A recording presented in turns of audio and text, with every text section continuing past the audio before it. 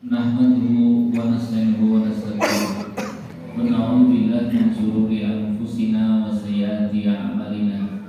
May yahdihillahu fala mudilla lahu wa may yudlil fala hadiya lahu.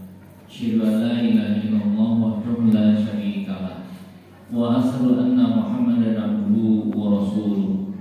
Allahumma shalli ala Muhammadin wa ala ali Muhammad amma ba'du. Bapak Ibu saudara-saudari, semoga kita bersyukur dengan Allah Subhanahu wa taala.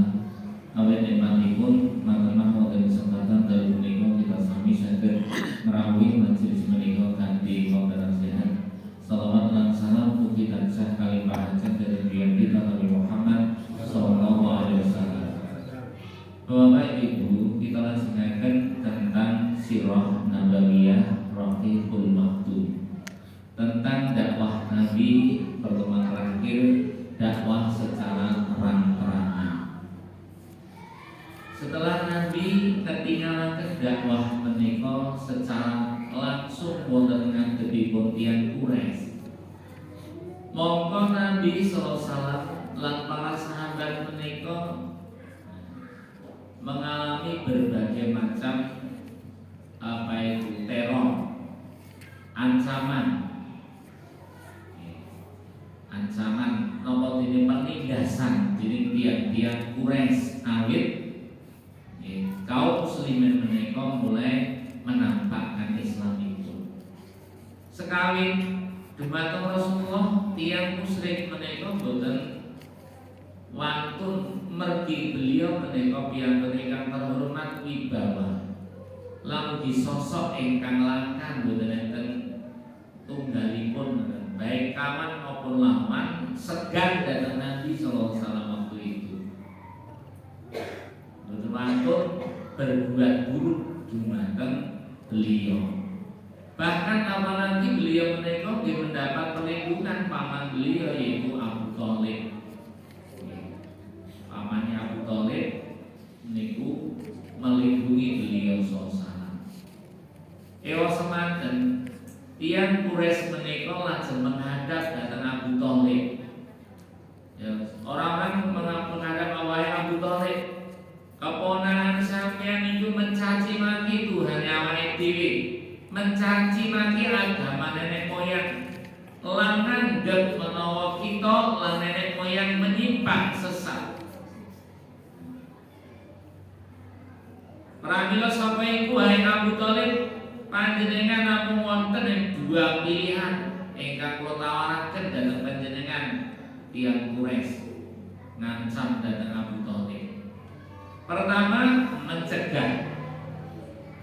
Yen saged jenengan mencegah, aja nganti ponakan jenengan itu terus-terusan mencela Tuhan kita. Utawi nomor kalih, biarkan kami menyelesaikan urusan ini.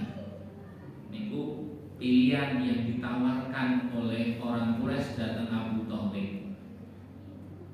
Ewa semanten Abu Thalib mendapat dipepet dengan dua pilihan, siji ngeleke, loro membiarkan wong Quraisy niku menangkap dan menyakiti Nabi. Maka Abu Thalib itu berkata dengan penuh wibawa, berkata dengan lemah lembut, dengan bahasa halus dan baik. Ngomongannya halus, ngomongannya sopan, ngomongannya wibawa. Matemayo bahwa kantar-kantar tiang Quraisy niku mau nantang utawi memberikan dua pilihan, akhiripun piyambakipun niku nggih mundur malih. Tiang-tiang Quraisy menika mundur. Padahal dia sangat berusaha pengen supados Abu Thalib tegas kepada ponakanipun. Ewa semanten tiang Quraisy menika nggih boten saged terus-terusan ngampet amargi kemuliaan Abu Thalib. Akhiripun piyambakipun nggih mendatangi lagi datang Abu Thalib dengan cara yang lebih kasar, lebih keras daripada saderipun. Wahai Abu Thalib, sesungguhnya usia panjenengan, kebangsaan panjenengan, kedudukan panjenengan itu bernilai di sisi kami. lan satemene kula sak kanca Quraisy wis njaluk supaya panjenengan ngendhekaken ponakan jenengan iku supaya boten mencaci maki mengajarkan agama baru sing beneh kalih ajaran nenek moyang. Nanging kok panjenengan iku boten napa memenuhi datang tuntutan kami. Maka kemudian dia pun kemudian menantang kepada memberikan ultimatum kepada Abu Thalib. Kami akan memberikan ultimatum kepadanya dua perkara lagi, mencegah ponakan panjenengan nopo kami akan menyelesaikan urusan dengan ponakan jenengan dengan keras. Dan ultimatum ini dirasakan lebih keras katimbang saderipun datang Abu Thalib. Jadi keras dan ini dirasa berat. Matema Abu Thalib pun keroyo-royo nuruti tiang-tiang Quraisy niku mau lajeng dia ngomong kali keponane wae keponakanku. Satemene kaummu wis nekani marang aku ngandhakake perkara masalahmu. Hei ponakku, mesakno awakku. Uga lan mesakno marang awakmu dhewe. Ojo pisan-pisan ponakku membebani kesulitan sing ora mampu tak pikul. Rasulullah mengira dengan ucapan ini paman beliau telah tidak mau memberikan perlindungan kembali. Jadi dengan ucapan ini Rasulullah sampun ngira nek paman beliau menika sampun boten mampu mbila dhateng piyambakipun malih, boten mampu melindungi. Maka beliau lajeng menjawab, "Wahai paman, demi Allah, saumpami dhewe meletakkan sengenge ning tanganku lan ning tangan-tanganku, lan dhewe bakal mapanake meletakkan satu bulan di tangan kiriku supaya aku ninggalake urusan iki, ora bakal paman, aku bakal ninggalke urusan iki sampai Allah bakal menangake marang aku lan Allah bakal membinasakan marang wong-wong Quraisy mau." Beliau ucapan beliau sambil beriring tangisan, sambil menangis ucapan beliau. Kemudian beliau berdiri lajeng nilaraken ingkang paman. Nanging pamanipun lajeng ngundeli. Wahai ponakanku, demi Allah, aku ora bakal masrahke sliramu marang wong Quraisy. Aku ora bakal mandeg goreng ngayomi marang sliramu. Lalu dia membuat satu syair paman beliau Abu Thalib, demi Allah, mereka tidak akan mampu menjamah orang bakal dhewe bakal sampai menyakitimu. Orang bakal wong Quraisy bakal menyakitimu sampai aku mati. Sampai aku mati, orang bakal tak biarkan wong Quraisy bakal melarani sliramu. Sampaikanlah urusanmu, sampaikanlah dakwahmu. Sliramu orang bakal tercerah. Bergembiralah kamu, bersemangatlah kamu. Aku tetap berada di belakangmu. Padahal Abu Thalib niku dereng masuk Islam. Tapi kecintaan beliau kepada keponakannya, apalagi dengan kemuliaan budi Rasulullah SAW, dan sesungguhnya dia pun juga menyadari kebaikan agama yang dibawa, maka Abu Thalib niku tegas tetap melindungi beliau SAW. Lah melihat tiang Quraisy niku Abu Thalib bisa kekeh bilani keponakan ini mau, maka datanglah tiang Quraisy niku menemui datang Abu Thalib. Dia pimpinan Imarah bin Walid bin Mughirah. Hei Abu Thalib, sak temene ana pemuda sing paling gagah, sing paling bagus di kalangan orang Quraisy. Ambillah dia, jadikan anakmu. Tak ijoli Muhammad kuwi, Milih pemuda sing paling bagus, sing paling wibawa. Tak serahke marang sliramu ning dengan catatan pasrahno Muhammad kuwi marang aku. Karena ponakanmu senantiasa menyakiti agama nenek moyang. Ponakanmu senantiasa menyesatkan para agama Tuhan kami semua. Ini mulai joli. Jadi nyawa dijoli nyawa. Maka baca Abi Thalib, demi Allah, sungguh tawaranmu kuwi murahan. Padahal orang Quraisy menawarkan orang yang paling baik, orang yang paling tampan, orang yang paling wibawa, berapapun jumlahnya bahkan diberikan hanya dengan penukar Muhammad. Tapi yang dijawab Abu Thalib apa? Tawaranmu kuwi murahan. Apa sliramu bakal menake marang aku anak-anakmu untuk tahu pengi, sementara sliramu bakal mateni anakku keponakanku. Demi Allah, orang bakal tak biarkan memang. Maka Mut'im bin Abdi, Naufal bin Abdi Manaf berkata, demi Allah wahai Abu Thalib, kaum telah berbuat adil marang sliramu. Kaum telah berbuat adil marang sliramu, berupaya membebaskan beban di pundakmu, wahai Abu Thalib. Mengapa panjenengan orang belum menerima tawaran kaummu? Demi Allah, kalian itu bukan menawarkan sesuatu yang adil kepadaku, jawab Abu Thalib. Tapi sliramu justru ngina marang aku, memojokkan aku supaya aku nyerahke marang keponanku marang sliramu. Nalika tiyang Quraisy niku sampun gagal berdialog kalian Abu Thalib, gagal anggenipun berunding membujuk Abu Thalib supaya menghentikan ponakane anggenipun tansah berdakwah menika, maka kesimpulan orang-orang Quraisy akhirnya nopo? Perkara-perkara sing semau dipun hindari niki akhiripun nggih boten saged diampet malih. Langkah utama adalah mencelakakan Rasulullah, membunuh Rasulullah sallallahu alaihi wasallam. Niku kesimpulanipun tiyang Quraisy, jagake saka Abu Thalib wis ora bakal owah pikirane. Tiyang Quraisy lajeng membatalkan pengagungan penghormatan kepada Rasulullah sing rumiyin dinampakkan kepada beliau.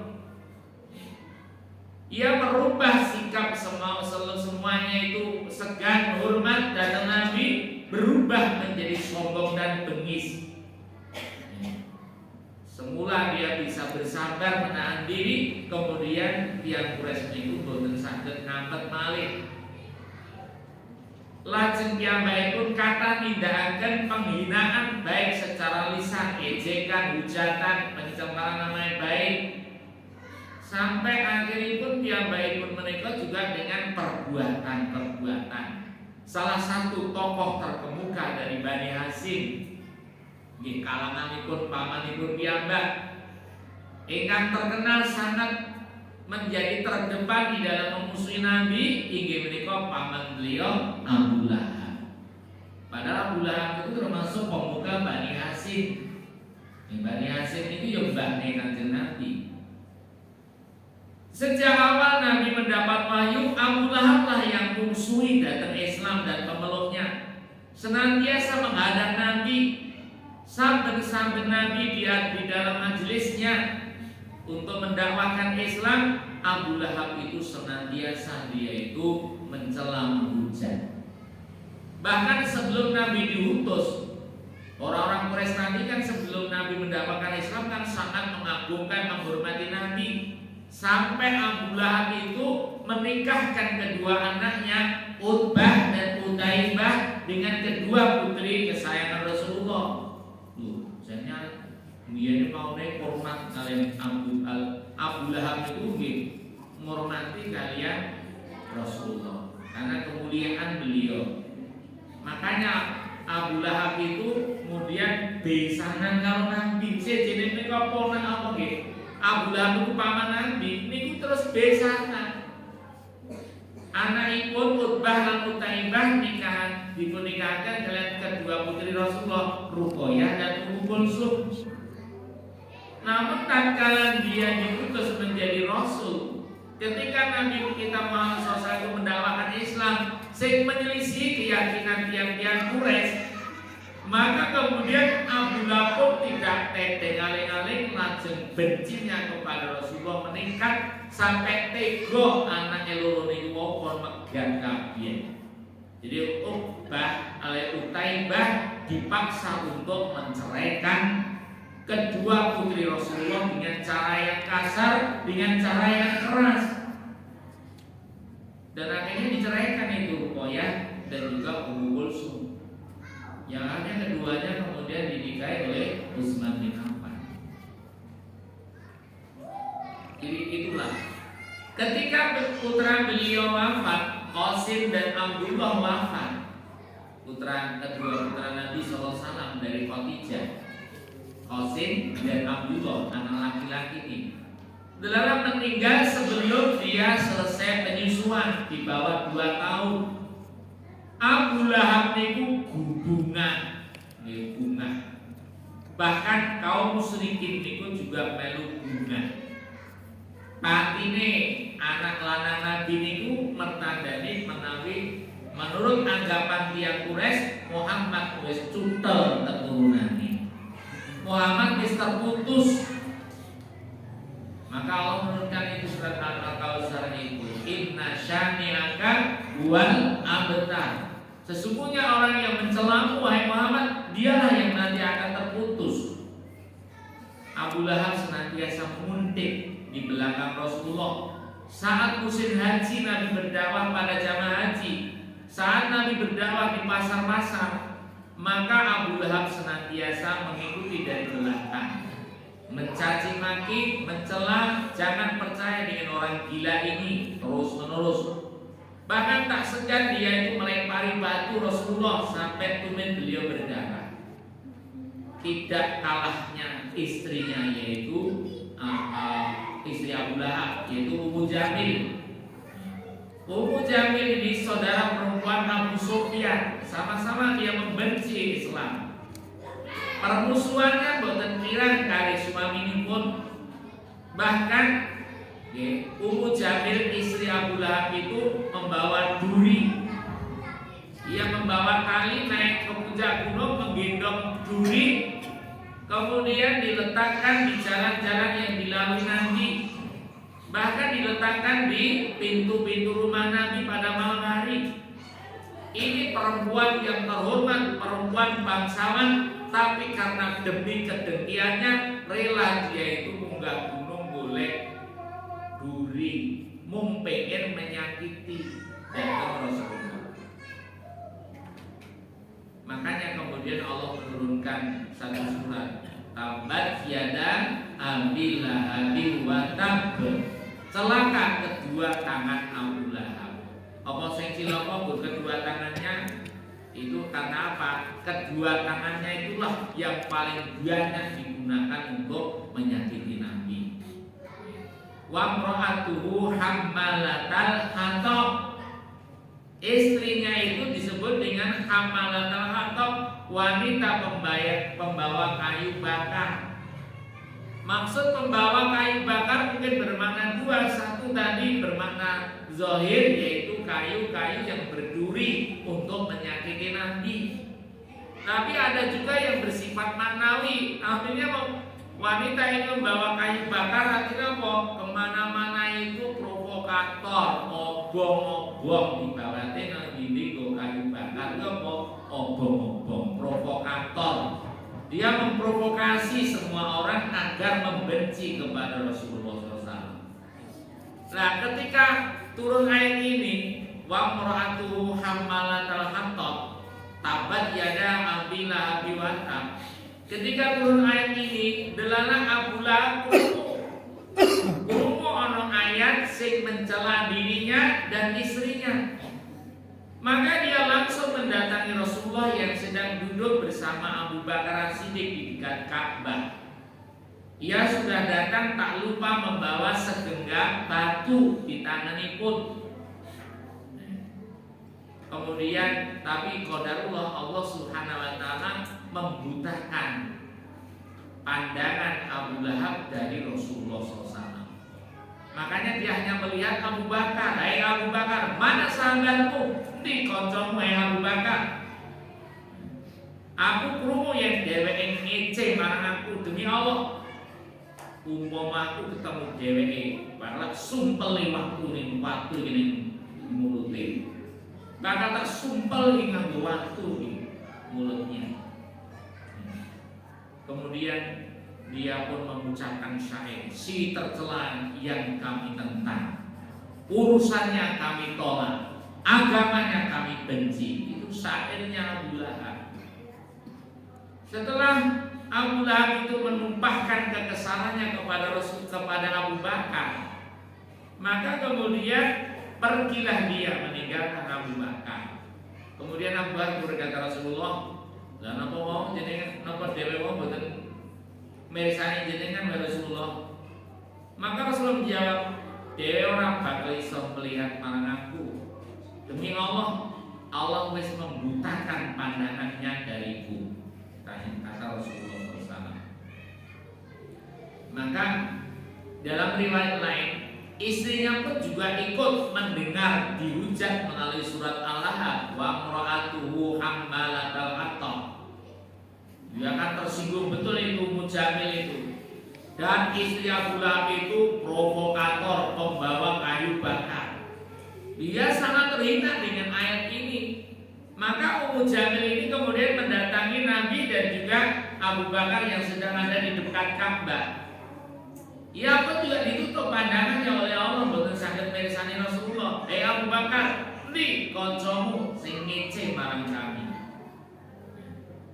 Tidak demi Allah. Tidak demi Allah. Muhammad tidak mencelamu. Hai Abu Bakar, seliramu wis bener ke marang Muhammad ya. Demikian yang dilakukan oleh Abu Lahab dan juga istrinya Ummu Jamil itu. Kebencian mereka kepada Islam. Bapak Ibu, ternyata terjadinya penghinaan Abu Lahab dan istrinya kepada Rasulullah.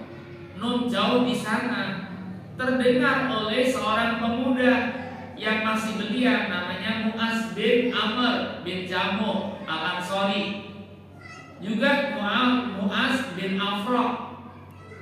Pemuda ini mendengar berita pada jarak mereka jauh sekali dari Madinah dan Nabi belum hijrah. Nabi masih wonten ing Mekah. Tapi pemuda ini sudah merekam di dalam hatinya, ono wong sing menghina Rasulullah, namanya Abu Lahab. Demi Allah, aku tidak akan memejamkan mata sampai aku akan membunuhnya. Itu Mu'az bin Amr. Dan ternyata sumpahnya ini didengar Allah Subhanahu wa taala. Ketika beliau hijrah, lumayan setahun hijrah kan, kemudian terjadi perang Badar. Maka kemudian Mu'az bin Amr bin Jamuh Al-Ansari dan juga Mu'az bin Afra itu kemudian ikut perang Badar. Pada usianya waktu itu 14 tahun.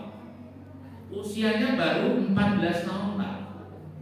Dia bersumpah ingin membunuh Abu Lahab, Abu Jahal. Padahal Abu Jahal, Abu Lahab itu dua ini adalah komandan Quraisy yang notabene dia itu dijaga ketat oleh pasukan khusus. Tapi semangat kedua laki pemuda ini sungguh menakjubkan. Sampai Abdurrahman bin Auf Abdurrahman bin Auf saja sampai takjub. Ketika perang sedang berkecamuk, Abdurrahman bin Auf ini sedang berada di tengah-tengah, yang di tengahnya ini seorang pemuda itu namanya Mu'az bin Amr itu. Mu'az iki cah nom-noman kok wis maju perang.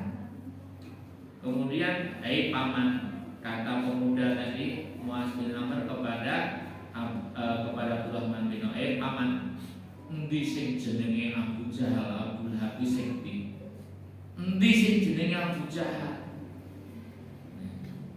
Maka kemudian tak lama kemudian Abu Jahal itu nampak, loh ini kok boleh ini. Padahal dia itu komandan pasukan, di sekelilingnya dikepung oleh tim pasukan khusus para penjaga. Dan mereka berkata kita harus menjaga keselamatan dari pemimpin kita, Abu Jahal, Abu Lahab. Apa yang terjadi? Pemuda itu kemudian menerobos pada usia 14 tahun. Ia berhasil membacok kaki Abu Jahal sampai dia tersungkur. Kemudian pemuda satunya Mu'adz bin Afra datang kemudian membakar dia badannya sampai dia tersengal hampir mati. Keduanya. Padahal Mu'adz itu ketika dia menepas kakinya, Ikrimah bapaknya, anaknya Abu Jahal itu kemudian menebas tangannya Mu'adz bin Amr. Tangannya terputus tapi belum terletak, masih kumandel, eneng daging kulitnya itu. Satu hari berperang dalam keadaan seperti itu, sampai karena terganggu sekali, tangannya si Muntalandil itu dipijak sikil kemudian diangkat, terputuslah tangannya seperti Masya Allah. Tapi dia qadarullah diberikan hidup itu sampai Utsman bin Affan 30 tahun berikutnya. Bapak Ibu, semangatnya sahabat itu luar biasa. Dia mendengar Rasulullah dihina seperti itu, terpatri semangatnya membela Rasulullah.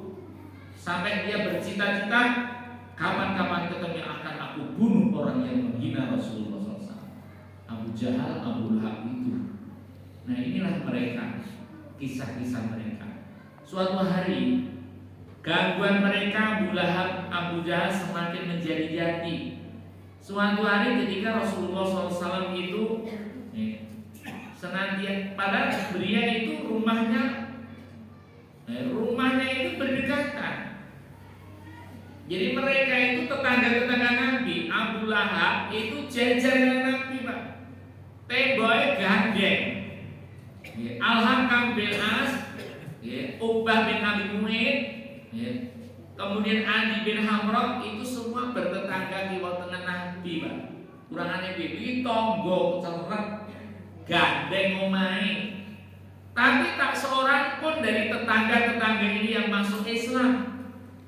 Mereka justru tiap hari rumahnya dekat itu senantiasa menyakiti Nabi, melempari batu, melempari kotoran di rumah Nabi. Apalagi ketika Nabi sedang sholat. Ketika Nabi sedang sholat, banyak bangkai dimasukkan di periuk-periuk Nabi di rumahnya itu, Bapak. Oh iya, wis merokok tenang ini. Sampai Nabi itu suatu hari menghalangi pintunya itu dengan batu supaya tidak bisa dimasuki oleh orang Quraisy.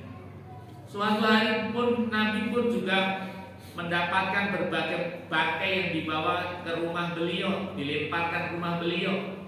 Maka kemudian beliau pun membawa itu bangkai kemudian ditunjukkan kepada semua orang, wahai Bani Abdi mana? Tonggo macam apa sing kaya niki? Tonggo sing kaya apa kaya niki? Gaweane nglempar batan ning omahku. Semua orang pun juga secara naluriah sih dia tidak bisa menerima membenarkan itu. Ini yuk gara-gara sentimen agama niku wau, makamah piyambakipun melu beneraken. Suatu hari juga ketika Nabi SAW sedang sholat di sisi Ka'bah, datanglah Abu Jahal dan rekan-rekannya. Sopo sing gelem nentepi Nabi nalika sujud ning Ka'bah nganggo brodot unta. Nganggo napa niku? Niku bangkai isi bangkai kotoran unta itu di punggung Nabi. Ternyata apa? Yang bangkailah Uqbah bin Abi Mu'ayth, orang yang paling sesat ini. Ia langsung membawa kotoran itu kemudian diletakkan di pundak atau di bahu Rasulullah yang sedang sujud. Waktu niku Ibnu Mas'ud ngerti, Pak. Ning Ibnu Mas'ud dulu kan masih anak. Aku tidak mampu untuk melawan hal ini. Aku hanya bisa memandangi tanpa bisa berbuat apapun. Mereka melempari Rasulullah dengan kotoran sambil terbahak-bahak, tertawa-tawa. Bahkan angkuh dan sombong sementara Rasulullah masih dalam keadaan sujud. Sampai Fatimah radhiyallahu anha datang kemudian membuang kotoran yang ada di punggung Nabi. Kemudian Nabi baru bisa mengangkat kepala dari sujud. Kemudian beliau berdoa, ya Allah, berikanlah balasan setimpal kepada orang Quraisy tersebut. Beliau mengucapkan 3 kali. Bahkan beliau kemudian berdoakan dengan menyebut nama-nama. Ya Allah, binasakan Abu Jahal, binasakan Utbah bin Rabi'ah, Saibah bin Rabi'ah, Walid bin Utbah, Umayyah bin Khalaf, Uqbah bin Abi Mu'in.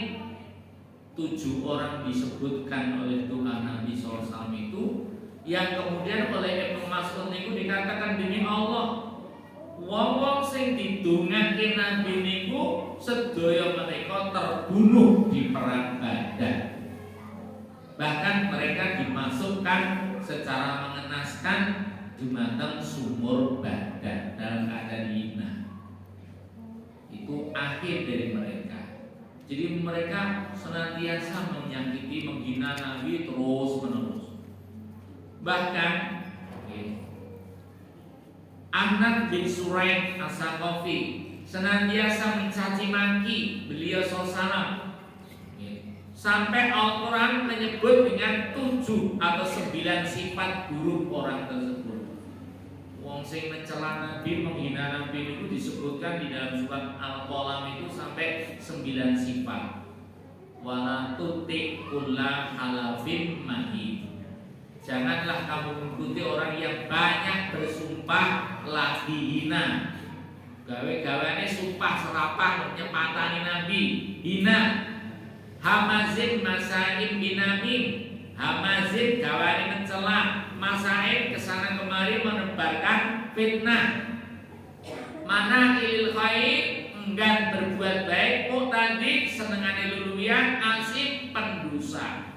Sifat-sifat disebutkan. Utulin badadalika zanim, utul sifatnya kasar, kaku. Zanim bahkan dia banyak berbuat dosa. Ini surat Al-Qalam ayat 10 sampai 13, ada 9 sifat para pemuka Quraisy yang dilimpahkan kepada Rasulullah SAW. Nah, makanya ancaman ataupun bahaya yang diberikan Rasulullah SAW itu senantiasa terus menerus, sampai-sampai turunlah firman Allah Subhanahu wa taala juga, fayad'una dia dalam surat Al-Alaq, fayad'una dia, biarkan mereka memanggil rombongannya, sana da'u zabaniyah, biar kami memanggil malaikat zabaniyah. Ini terjadi ketika Rasulullah SAW itu sedang berada di Ka'bah juga. Karena Abu Jahal kemudian sebelumnya kan bersesumbang, menawa Muhammad wisujud eneng Baitullah, bakal aku benamkan dia wajahnya di tanah. Itu sumpahnya Abu Jahal, demi Allah, seandainya aku melihat Muhammad sujud di Baitullah, akan aku benamkan kepalanya di tanah. Lalu orang-orang mengatakan, hai Abu Jahal, Muhammad ada di Baitullah, dia sedang bersujud kepada Allah. Maka kemudian dia pun mengatakan, demi Lata Uzza, aku akan injak lehernya, aku akan benamkan mukanya ke dalam tanah. Kemudian Abu Jahal pun mendatangi mereka dengan sesumbah, sampai orang-orang yang kaget di sekitarnya, Abu Jahal ada apa? Ada apa? Ketika itu Rasulullah sedang sujud, Abu Jahal sudah datang, padahal dia sudah keluar bersumpah, demi Allah, demi Lata Uzza, aku akan menginjak leher dan membenamkan wajahnya. Tapi begitu sampai dekat Rasulullah akan melaksanakan hajatnya, Abu Jahal ini kemudian mundur menjauh dari Muhammad. Sampai orang bertanya, ada apa wahai Abu Jahal?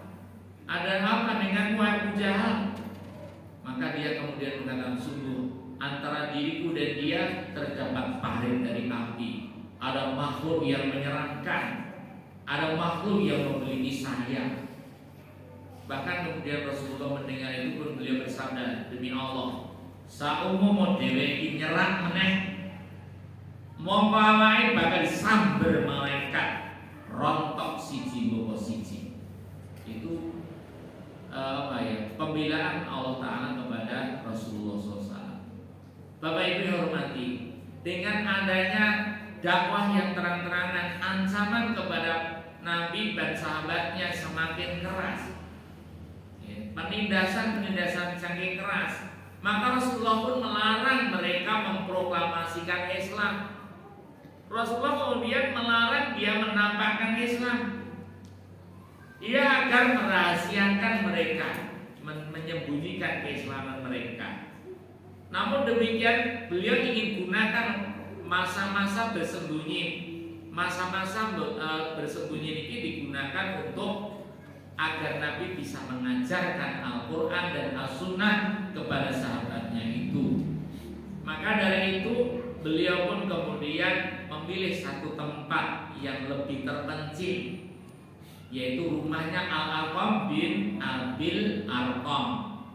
Itu di atas bukit Sofa, agak jauh, sehingga dia luput dari pengawasan orang-orang Quraisy karena agak jauh di bukit atas bukit Sofa, yang dijadikan pusat dakwah Nabi mengajarkan Al-Quran dan Sunnah yang ada di dalamnya. Dan buahnya luar biasa.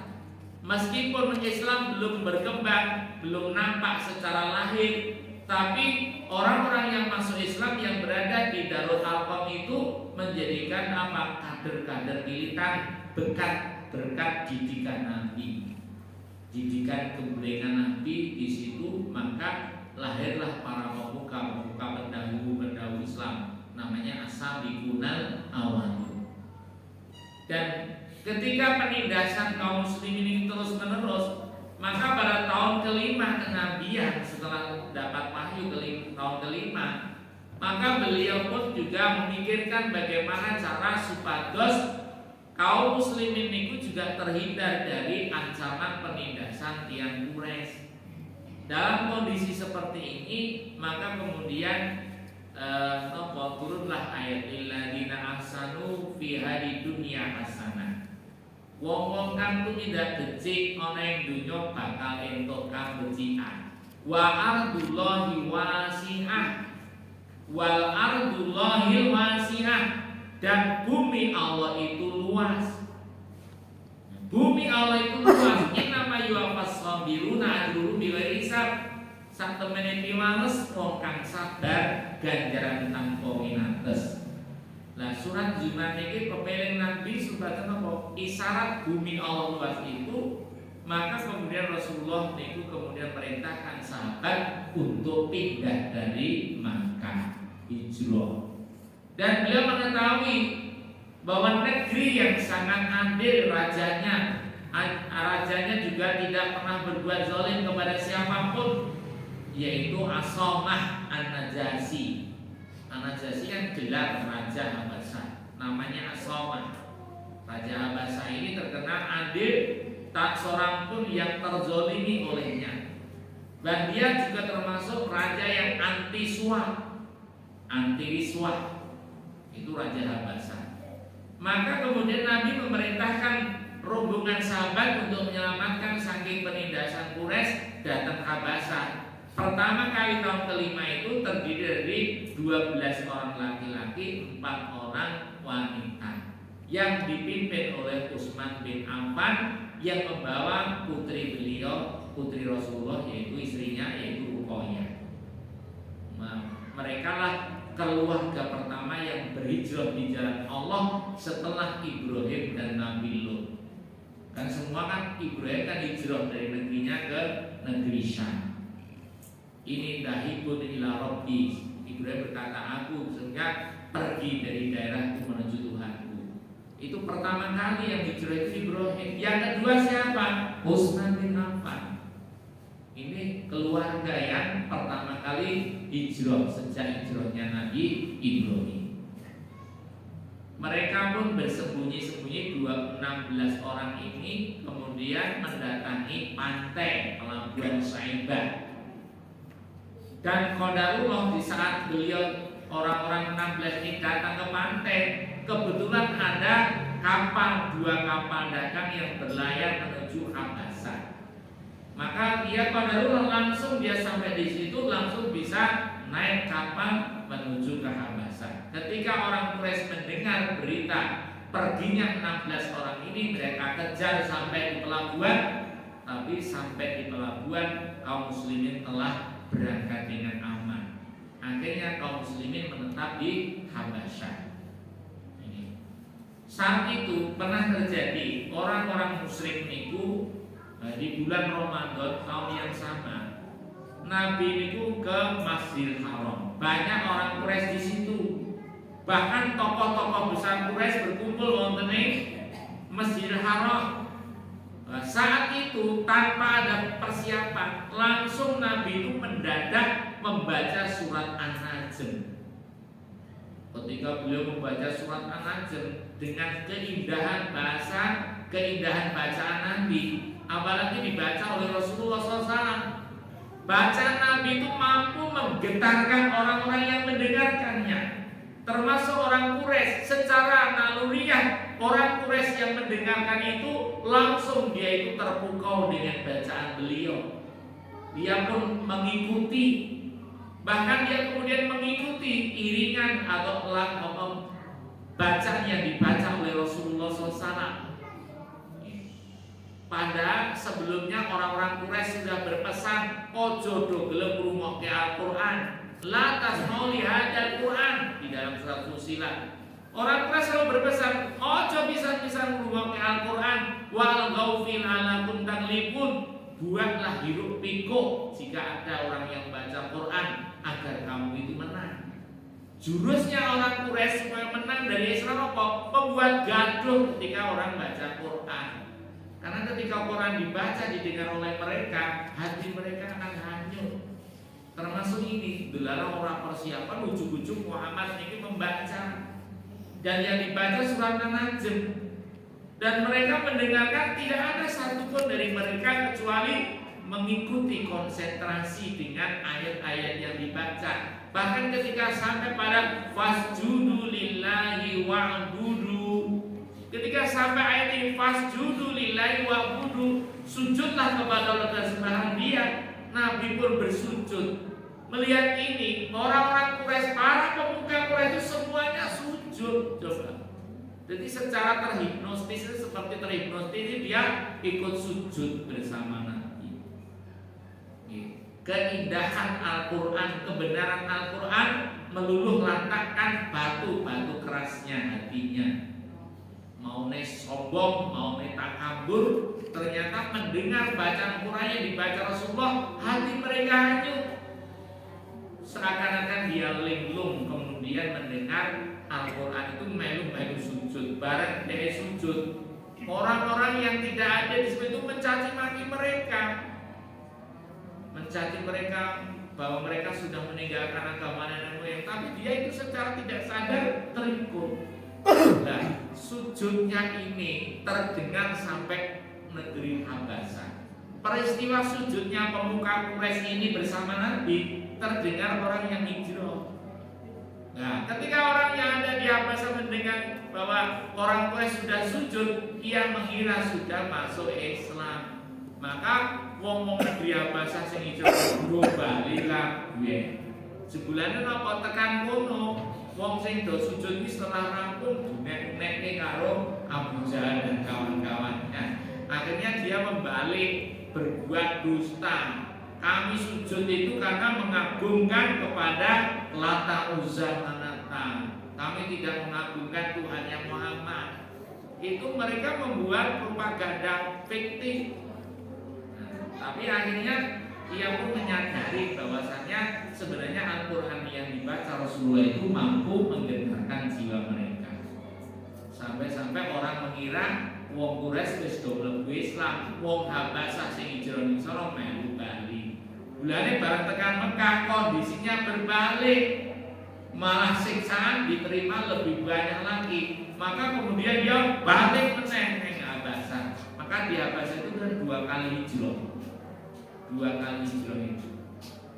Dia sampai kemudian hijrah kembali ke Habasah. Dan peristiwa ini terjadi ketika perang Badar itu, sekitar perang Badar. Nah, Bapak-bapak, ibu-ibu dan semuanya, inilah kalau kita menyaksikan perjuangan Nabi dan sahabat di dalam mendakwakan Islam itu terasa berat. Jangankan caci maki, hujatan, bahkan tindakan lemparan batu, lempari kotoran senantiasa dirasakan oleh Nabi dan sahabat. Bahkan tidak sampai itu, penindasan, ancaman, bahkan pembunuhan pun terjadi. Ewa semanten kawis tinggal dakwah Nabi niku boten saya sudo, ananging malah saya ngrembaka. Artinya apa? Seiring dengan berbagai tantangan, hambatan, ancaman, kekuatan iman niku boten saged dibendung. Matemah Islam sing dilarang tetapi justru semakin ngrembaka, semakin besar. Ya, demikian Bapak-bapak kisah. Ternyata berat sekali sahabat waktu itu dalam mendampingi Rasulullah untuk mendakwahkan Islam. Berbeda dengan masyarakat pada hari ini. Kita bisa berislam dengan nyaman, dengan baik. Kita mau ke masjid bebas, terbuka lebar, gak ada ancaman, gak ada gangguan. Tentu mereka dados pelajaran kita sami. Semoga ada faedahnya. Moga kita berkasih pemanggilan menika kanthi doa majlis. Subhanakallahumma wa bihamdika asyhadu an la ilaha illa anta